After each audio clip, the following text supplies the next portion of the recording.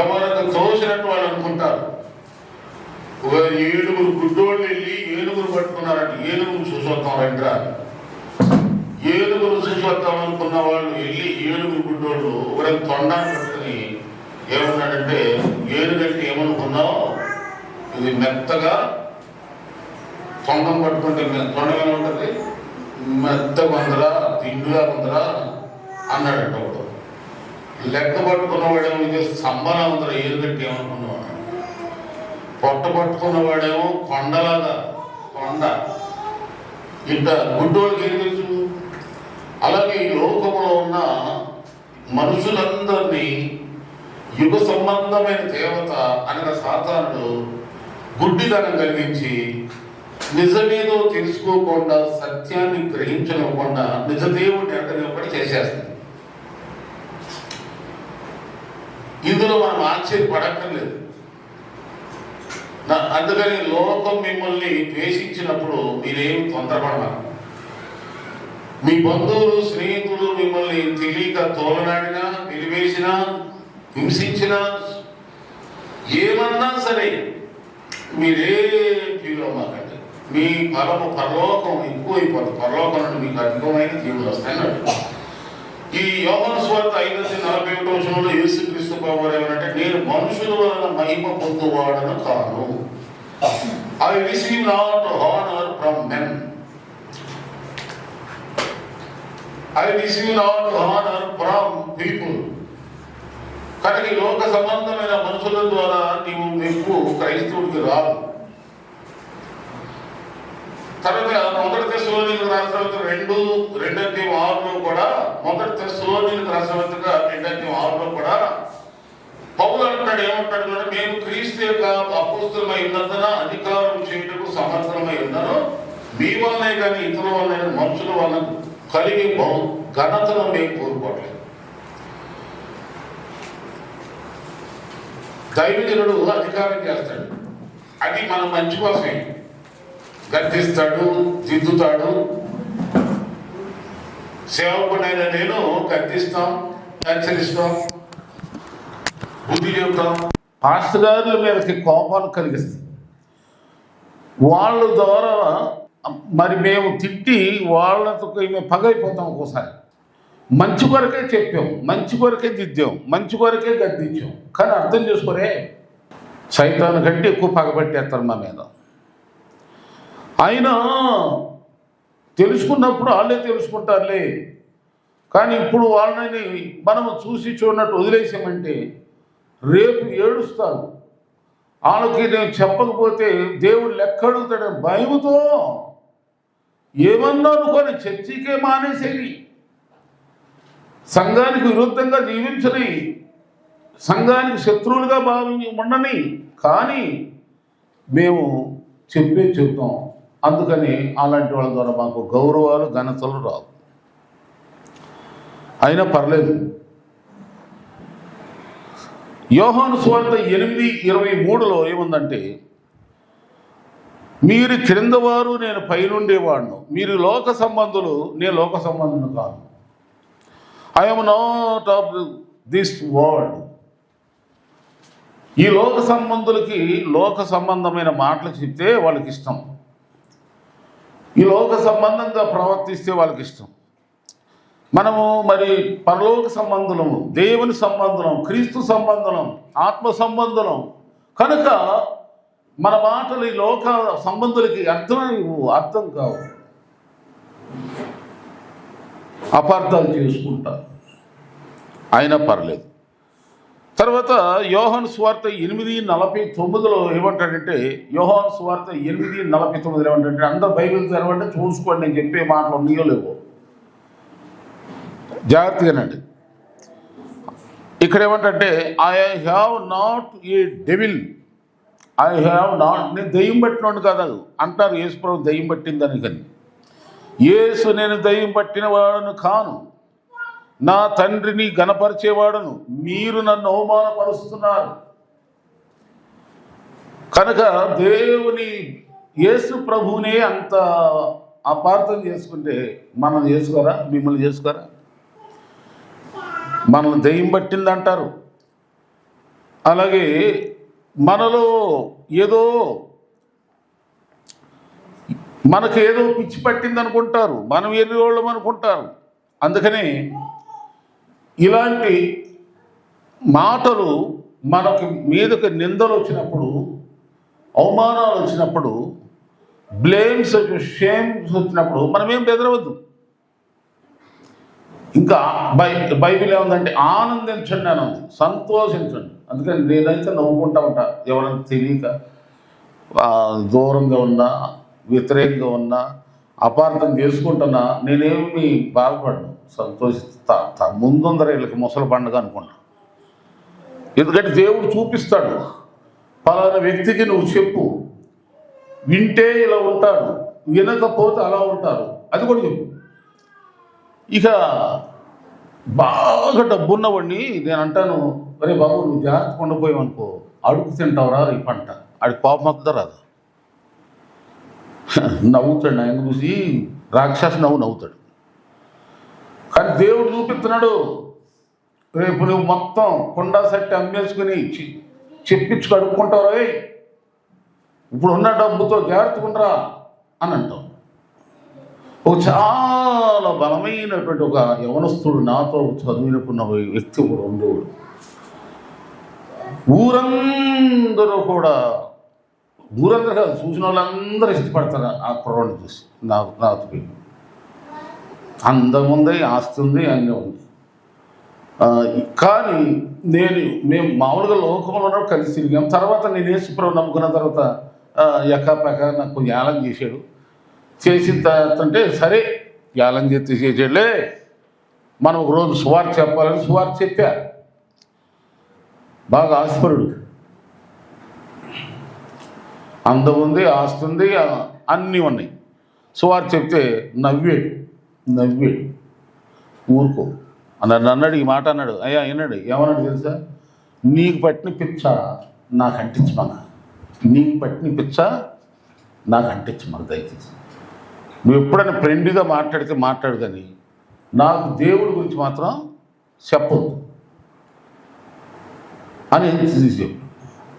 చివరిగా ఏమైంది, నేను ఒక రోజున వర్షాకాలంలో ప్రార్థన చేసుకుంటున్నా, ఇంట్లో వర్షంలో తడుచుకుంటూ వచ్చాడు.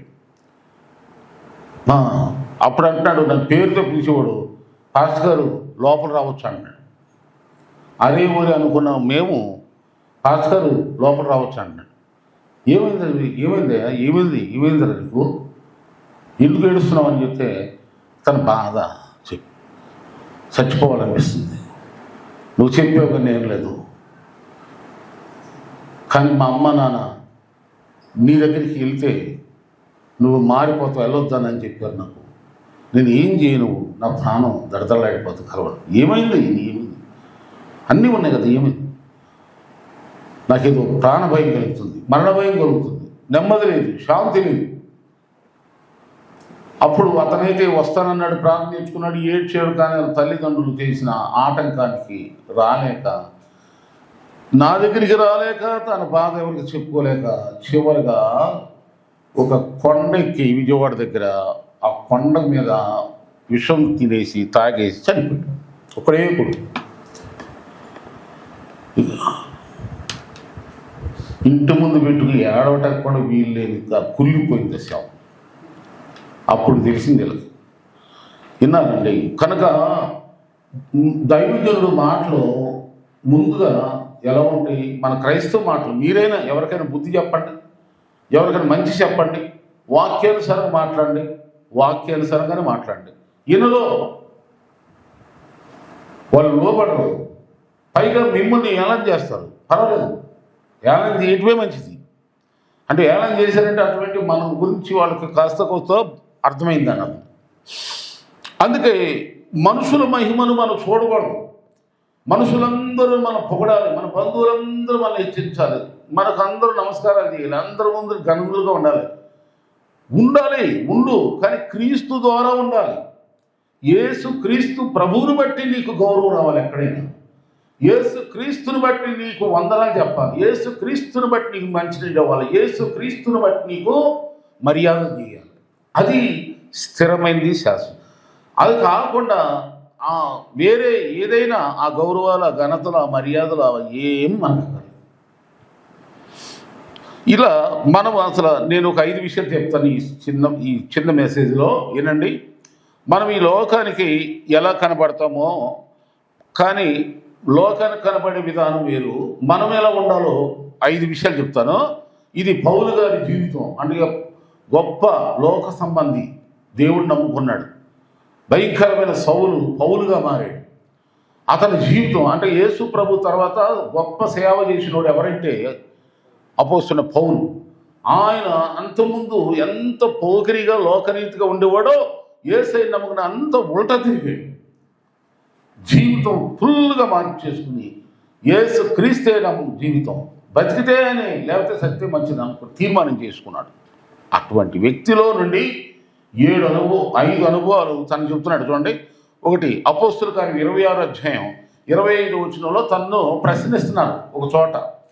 ఒక చోట సభలో నిల్చోబెట్టి అడుగుతున్నారు, పౌలా ఏమొచ్చిందా నీకు, పిచ్చ పట్టిందా, ఇంతవరకు సినిమాకి వెళ్ళావు, రౌడీని చేసావు, పోకిరి కొట్టావు, లోకంలో తిరుగులేని ఎదురుగా ఎదురు లేకుండా బెదురు లేకుండా ఎంతో మందికి, మన కులానికి, మన మతానికి, మన ప్రాంతానికి ఎంతో అండగా ఉండవు. ఏమైందిరా బాబు, ఇప్పుడు ఏంటి యేసు ప్రభు అంటున్నావు ఏంటి నాయన, నీకే పిచ్చి పట్టిందా,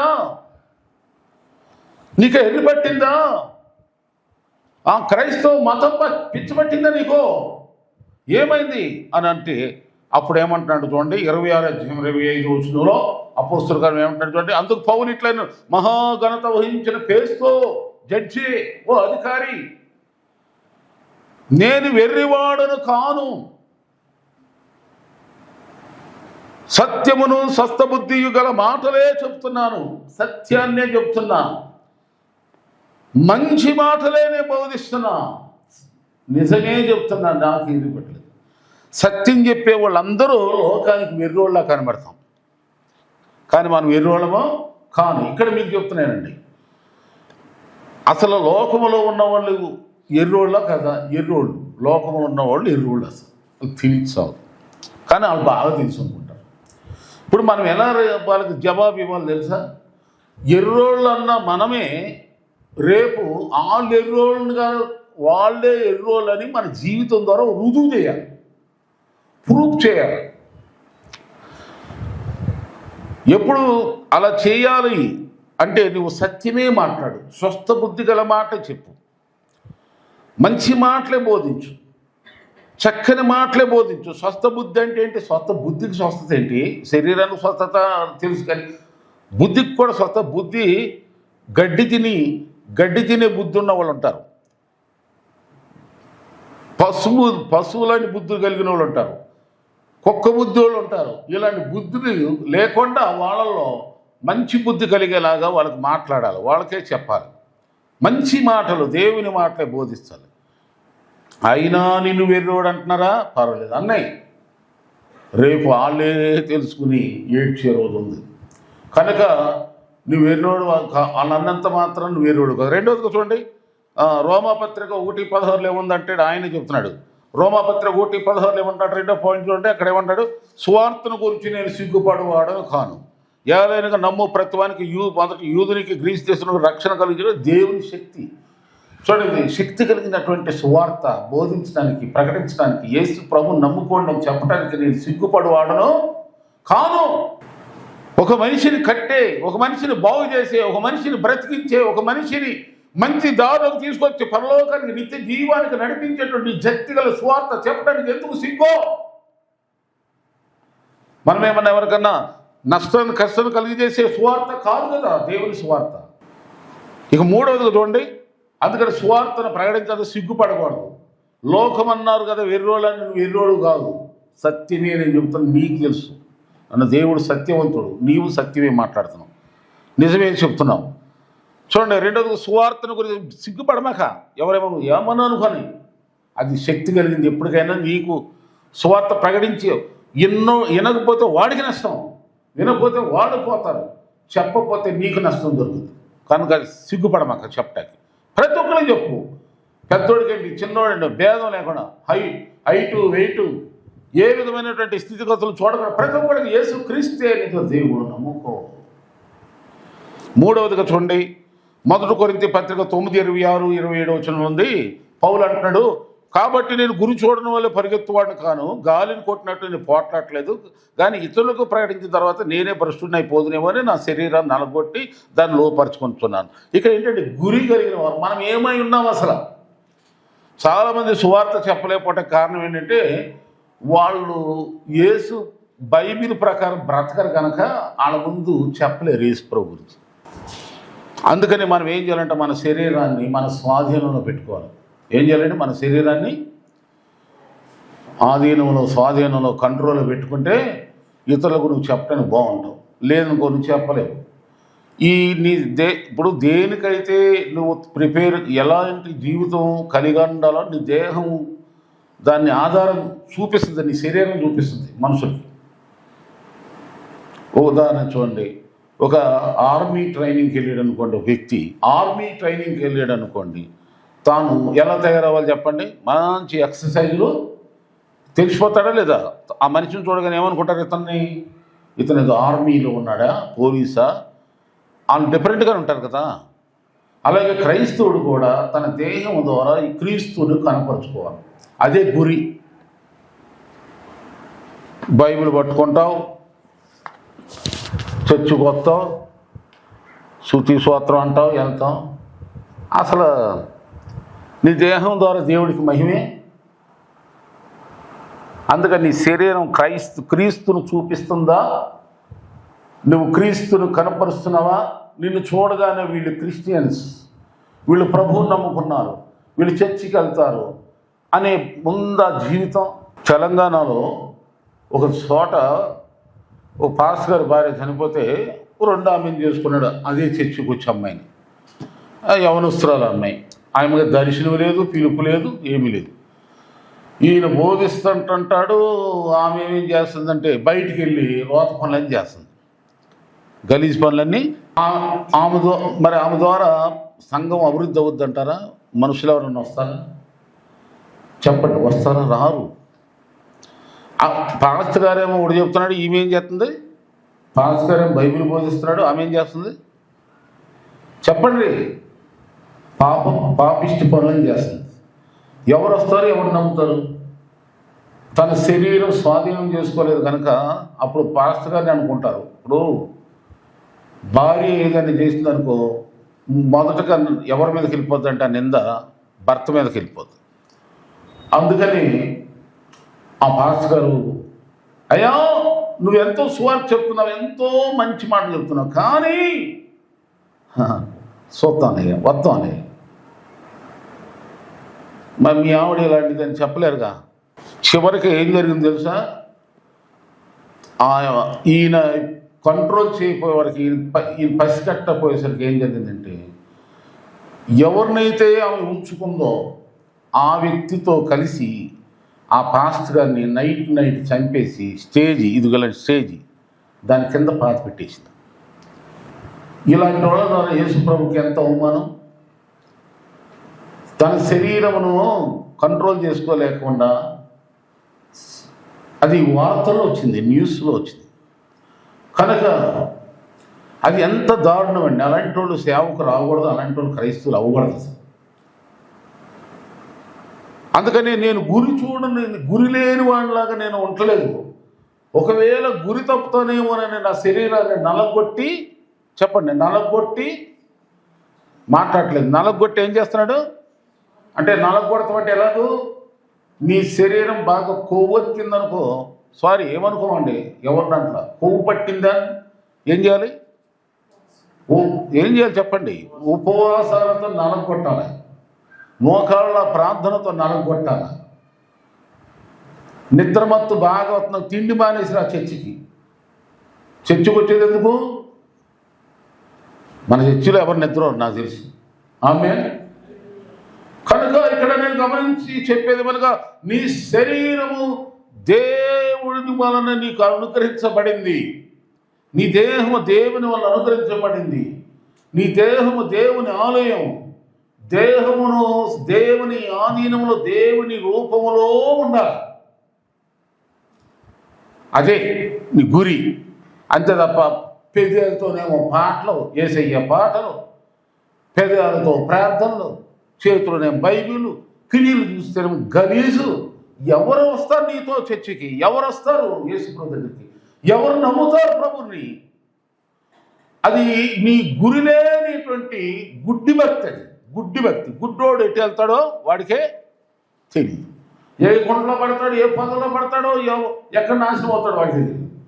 ఇటువంటి క్రైస్తవులైనా ఎవరైనా సేవకులైనా సరే, నువ్వెవరు అసలు నీ దేహం ద్వారా రుజువు చేయి.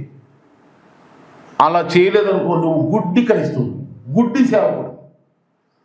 ఇక 4వదిగా చూడండి, 4వ విషయం. 2 కొరింథీ పత్రిక 11:6 చూడండి.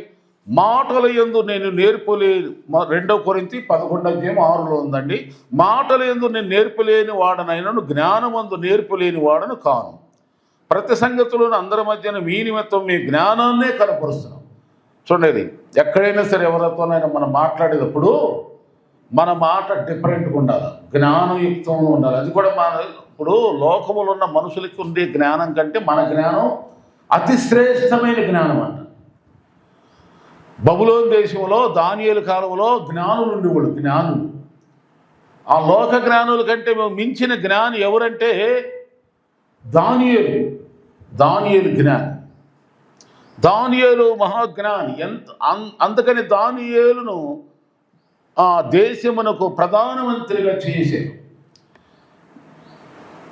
మనం లోకములో తోడేళ్ళు లాంటి ప్రజల మధ్యలో ఉంటున్నాం. అందరూ పైకి మనుషులే, ప్రేమగా ఎంతో మంచిగా కనబడినట్టు ఉంటారు. కానీ వాళ్ళ గుండెల్లో ఏ తోడే స్వభావం ఉందో, ఏ పాము స్వభావం ఉందో, ఏ తేలు లాంటి స్వభావం ఉందో, ఏ ముళ్ళ లాంటి మనసు ఉందో మనకు తెలియదు. అందుకే ఎవరితో ఎలా ఉండాలో ఆ జ్ఞానం సంపాదించు. ఎవరికైనా జ్ఞానము కొదువుగా ఉందా అతడు దేవుణ్ణి కాలేజీకి వెళ్ళినా, స్కూల్కి వెళ్ళినా, డ్యూటీకి వెళ్ళినా, రోడ్డు మీదకి వెళ్ళినా, ఎవరితోనైనా నువ్వు మాట్లాడుతున్నప్పుడు ఎక్కడ ఉన్నా దేవుని జ్ఞానం, దైవికమైన జ్ఞానం. ఆ జ్ఞానం ఉన్న వాళ్ళని ఎవరు మోసం చేయలేరు. ఆమేన్. దైవ జ్ఞానం, పరలోక జ్ఞానం. హల్లెలూయా. ఇది అవసరం. జ్ఞానం లేనివాడికి దేవుడు ఇవ్వడు. అందుకని సొలొమోను జ్ఞానం అడిగాడు. ఫస్ట్ జ్ఞానము అడిగాడు కనుక అతను అడగకుండానే డబ్బు ఇచ్చాడు, అధికారం ఇచ్చాడు, అన్నీ ఇచ్చేసాడు. మన వాళ్ళు ఇది తెలుసుకోరు. బుద్ధి జ్ఞానం సర్వసంపదలు ఇవి అడగరు. ఫస్ట్ బుద్ధి జ్ఞానం అడగాలి దేవుణ్ణి, తర్వాత సర్వసంపదలు అడగకపోయినా వచ్చేస్తాం. కానీ ముందు మనం ఏమడుగుతాం? సర్వ సంపదలు. బుద్ధి వద్దు, జ్ఞానం వద్దు, నీతొద్దు, నిజాయితొద్దు, భక్తి వద్దు, ప్రార్థన వద్దు, క్రమం వద్దు, సామస్యం వద్దు, సంఘం వద్దు, ఏమొద్దు, బైబిల్ వద్దు, ప్రార్థన వద్దు. సంపదలు వచ్చేయాలి. సర్వ సంపదలు అంటే ఎలా వస్తాయి? మీ పిల్లలకి బుద్ధి లేకుండా ఉంటారు, జ్ఞానం లేకుండా, తెలివి లేకుండా ఉంటారు. వాడికి మీ డబ్బులు ఉన్నటువంటి తాళపు ఇస్తారు. వాళ్ళకి ఒక 1000 రూపాయలు చేతికి ఇచ్చి పంపిస్తారా? ఇవ్వలేరు. ఎందుకంటే వాడికి తెలివి లేదు, జ్ఞానం లేదు. ఏం చేస్తాడో, దేనికి ఖర్చు పెడతాడు, పారేస్తాడో, ఉంచుతాడో, భయం కదా మీకు. అలాగే దేవుడు కూడా జ్ఞానం లేనివాడికి ఏమి ఇవ్వడం. దేవుని జ్ఞానం కలిగి ఉండాలి. అందుకని ఒకవేళ నేను అంటాడు పౌలు, మాటల్లో ఆడే విషయంలో ఒకవేళ నేను మెతకగా ఉన్నా, బుర్ర మాత్రం నాకు చాలా గట్టిదని చెప్తున్నాడు. ఆమేన్. ఒక క్రైస్తవులారా, దేవుని వెళ్ళారు. ఒకవేళ మాటలాడే విధానం నీకు కుదరకపోయినా, నీ మనసు, నీ తెలివి పక్కోళ్ళ బెదరయ్యాలన్నమాట. అక్కడ దైవికమైన తెలివి, జ్ఞానం. లోక జ్ఞానం కాదు, లోక జ్ఞానం కాదు. ఇక చివరిగా ఇంకో మాట ఏంటంటే, గలతీ పత్రిక 2:20 ఏమంటాడు? బ్రతికితే క్రీస్తే, సావైతే లాభం. నేను క్రీస్తుతో కూడా సిలువేయబడి ఉన్నాను. ఇక జీవించేవాడు నేనే కాను, క్రీస్తే నాయనతో జీవిస్తున్నాడు. నేను ఇప్పుడు శరీరం అందు జీవించుచున్న జీవితం నన్ను ప్రేమించి నా కొరకు తను తాను అప్పగించుకుని దేవుని కుమారుని విశ్వాసం వల్ల జీవించున్నాను. ఎవరి కొరకు జీవిస్తున్నావు? దేని కొరకు జీవిస్తున్నావు? నా జీవితం యేసే, నా శరీరం ప్రభువే, నా జీవితం అంతా ప్రభు కోసమే అని ఇలా 5 తీర్మానాలు లోకం ఎదురు పెడుతున్నాడు, మనందరూ ఎదురు పెడుతున్నాడు. కనుక ఎవరో లోకంలో ఉన్నవాళ్ళు, క్రైస్తవుడు, చర్చికి వెళ్ళివాడు, బైబిల్ చదివాడు, ఎర్రోడు అన్నంత మాత్రం ఆడిల్లు ఎర్రోడు అవ్వాలి. నువ్వు కాదు ఎర్రోడు అయ్యేది, అవుతావు.